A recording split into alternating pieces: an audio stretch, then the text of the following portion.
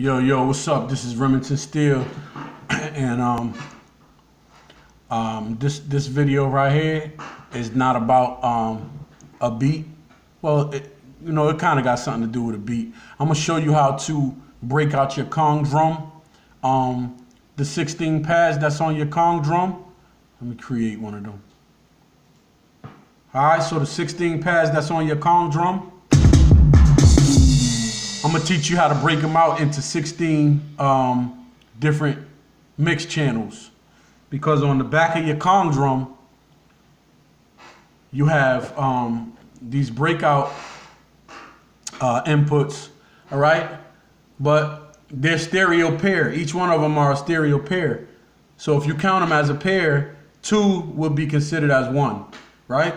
So it'll be 1, 2, 3, 4, 5, 6, 7, and 8. 8 is the main audio outs at the bottom.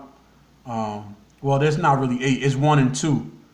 But I'm counting them like this. 1, 2, 3, 4, 5, 6, 7, 8, which is 1 and 2.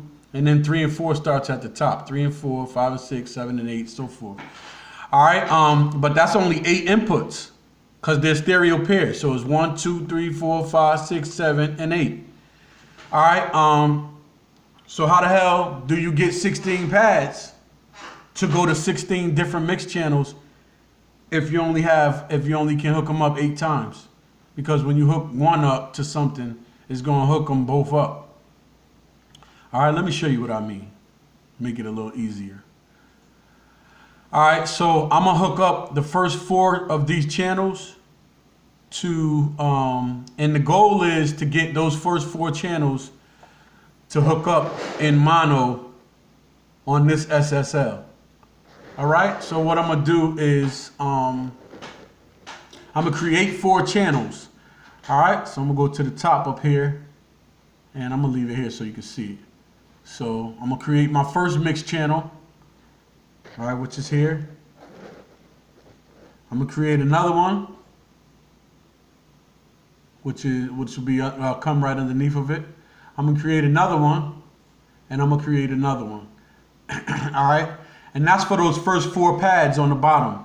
So I'm gonna hook all of these 4 pads up to each one of these mix channels right here. All right, so this is a kick drum, right? So I'm gonna name this first one. I'm gonna double click on it, and I'm gonna name it kick drum, KCK-DRM. All right. And then what I'm gonna do is on the redrum, there's an arrow right here on the corner. You want to drop that window. Okay? You drop that window, and then when you drop that window, down here you can see right here where the arrow is. You can't read it because it may be a little small for you, but it says drum output, and the drum output is going to the master effects right now. Okay, but we don't want it going to the master effects, not pad 1 anyway. Okay, so whatever pad you want to send to this mix channel, this first mix channel, you click on it. So I clicked on it, okay? And then now what I'm gonna do is I'm gonna flip it over. I'm gonna go over here to these outputs, right? And if I take this output and I just click on it and I bring it over here down to here, and I stick it into the input of the first mix channel, you see how it hooks 2 lines up? Okay, what it's doing is hooking it up to 3 and 4 up here. That's 3 and that's 4 next to it. Okay, so we're gonna take this out. You don't want that. All right, you want to just hook 3 up to mix channel 1. Okay, and that's what I'm gonna do. And the way you do that is you hit shift, okay, and then you grab it, and then you come down here and you plug it into the input. Okay, now as you can see, when I plugged it into the input, it only plugged in 1. So let me undo that. Let me go up here and get it again and do it so that you can see it. You hold shift, click on 3, and then you pull it down here and you plug it in, and it only plugged in 1. Okay, so now what I want to do is flip over. I'm gonna make sure that I'm hitting on pad 1. Then I'm gonna come down here.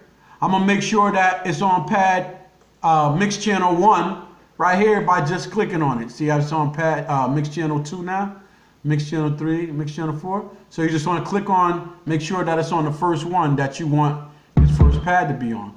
Okay, and then you're gonna come over here to where it says drum output. All right, you're gonna drop this window, and you're gonna send that pad, that first pad, to 3 and 4. Okay. All right. Same thing with pad 2.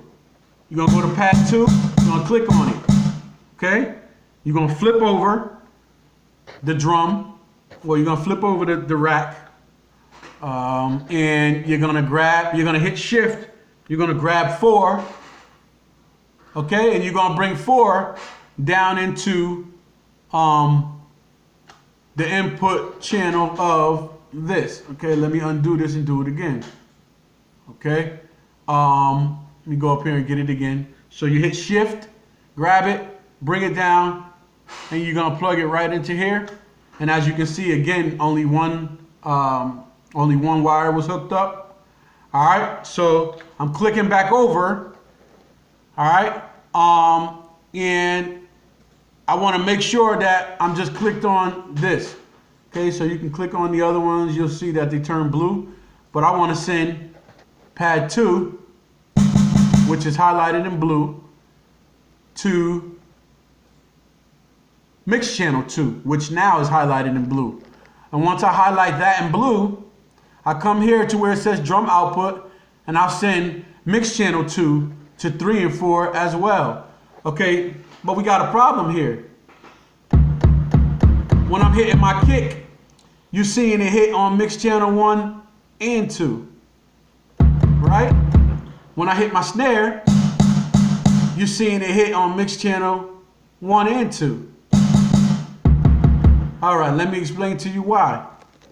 It's hitting on those because they're both going to input 3 and 4. All right? And it's going right up the middle.